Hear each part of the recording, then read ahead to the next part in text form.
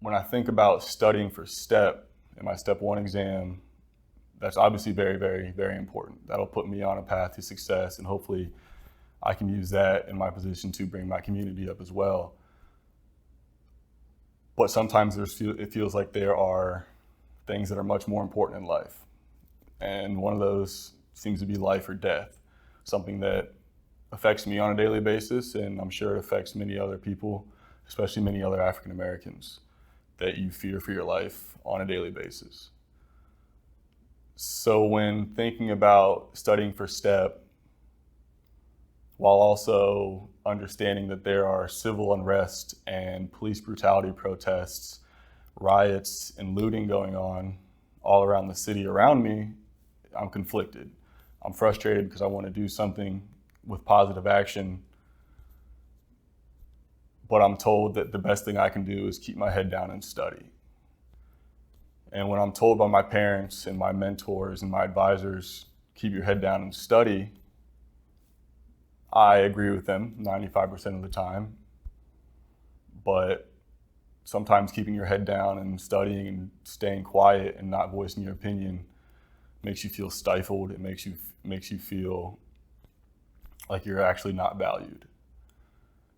In 2016, I graduated college and was preparing to take my MCAT to study. I was studying to take my MCAT to get into medical school. And Alton Sterling was shot and killed at the hands of the police officers. One day later, Philando Castile is shot after telling an officer, "I have a concealed carry permit and my gun is right here." And then the Black Lives Matter protests start to pick up again. And as a young African American male, all those emotions just flood you. Anger, sadness, guilt, frustration. And you're told, no, keep your head down. You're not going to the protests. You need to study. Do well on your MCAT so you can get into medical school. And you sit there and you think about it and you say, yeah, that makes complete sense. Because once you're a physician, you can have a higher platform and a little bit more respect, and your voice has more value. So studying for your MCAT, they're told you no. They silence you. Study so you can become a physician and get into medical school. You get into medical school 4 years later, again studying for a huge exam, and the same thing happens, and you get the same speech. And like I said, 95% of the time I agree with that. But I also feel that guilt coming in is, if I had done something 4 years ago, would we be in the same situation? Maybe, most likely. But we don't know because I was complicit in keeping my head down, staying focused on my studies, and getting into medical school. Unfortunately, for the most part now, I've been pretty complicit in keeping my head down, studying for my Step 1 exam so I can become a physician and have a higher pedestal to use my voice. But overall, it's just scary when you can't speak out, even though you know that you are one of the voices that your community needs. Which transforms into, I'm hopeful at the end of the day.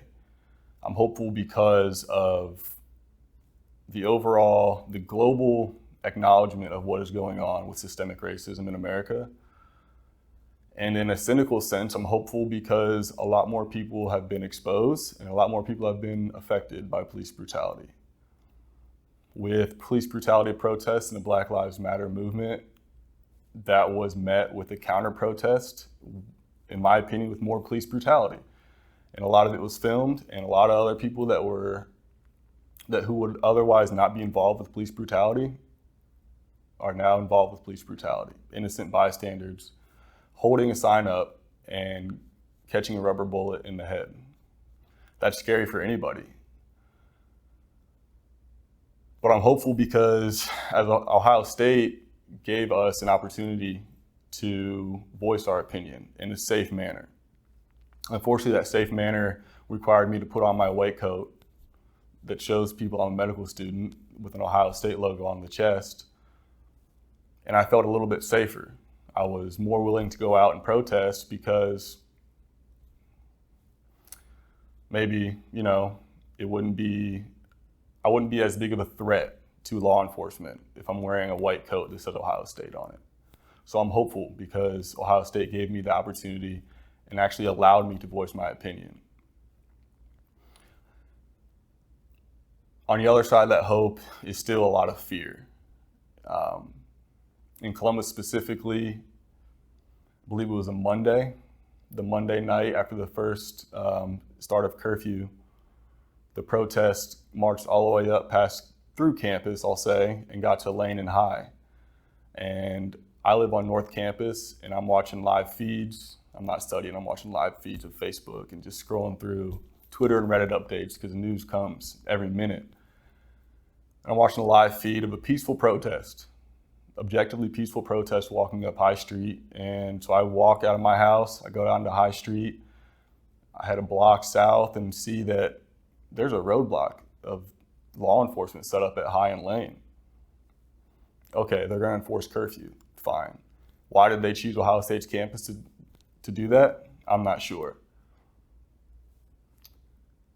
So the fear comes in is that law enforcement is using our campus to enforce their rules that most of society does not agree with. Okay, they can enforce their rules.